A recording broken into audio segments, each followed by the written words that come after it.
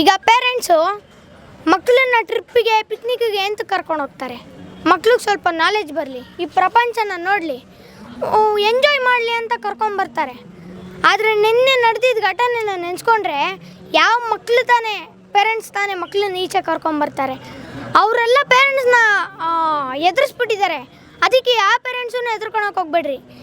ಇವತ್ತಿನ ದಿನ 30 ಜನರ ಪ್ರಾಣ ಹೋಗಿದೆ ಅಂದರೆ ನಾಳೆ ದಿವಸ 3000 ಜನರ ಪ್ರಾಣ ಹೋಗಬೇಕು ಅಂತ ನಾನು ಇಂಡಿಯನ್ ಏರ್ಫೋರ್ಸ್ ಆರ್ಮಿಗೆ ಮನವಿ ಮಾಡ್ತಾಯಿದ್ದೀನಿ. ಮತ್ತು ಕೇಂದ್ರ ನಾಯಕರಾದ ನರೇಂದ್ರ ಮೋದಿ ಅವ್ರಿಗೂ ಮನವಿ ಮಾಡ್ತಾಯಿದ್ದೀನಿ.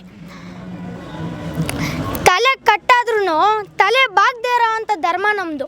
ನೆನ್ನೆ ನಾನು ನ್ಯೂಸಲ್ಲಿ ನೋಡ್ತಿದ್ದೆ, ಒಂದು ತಂದೆ ಎದೆ ಮೇಲೆ ಕುತ್ಕೊಂಡು ಒಂದು ಮಗು ಅಳ್ತಾ ಇದೆ ಅಂದರೆ ನಮ್ಮಂಥ ಚಿಕ್ಕ ಚಿಕ್ಕ ಮಕ್ಕಳೇ ಆಗಲಿ ಇಲ್ಲ ಯಾರೇ ಆಗಲಿ ಯಾರಿಗೆ ತಾನೇ ರೋಷ ಬರಲ್ಲ? ನೀವೇ ಹೇಳ್ರಿ, ಯಾರಿಗೆ ತಾನೇ ರೋಷ ಬರಲ್ಲ? ಇಷ್ಟೇಳಿ ನಾನು ಮಾತನ್ನ ಮುಗಿಸ್ತಾ ಇದ್ದೀನಿ. ಧನ್ಯವಾದ.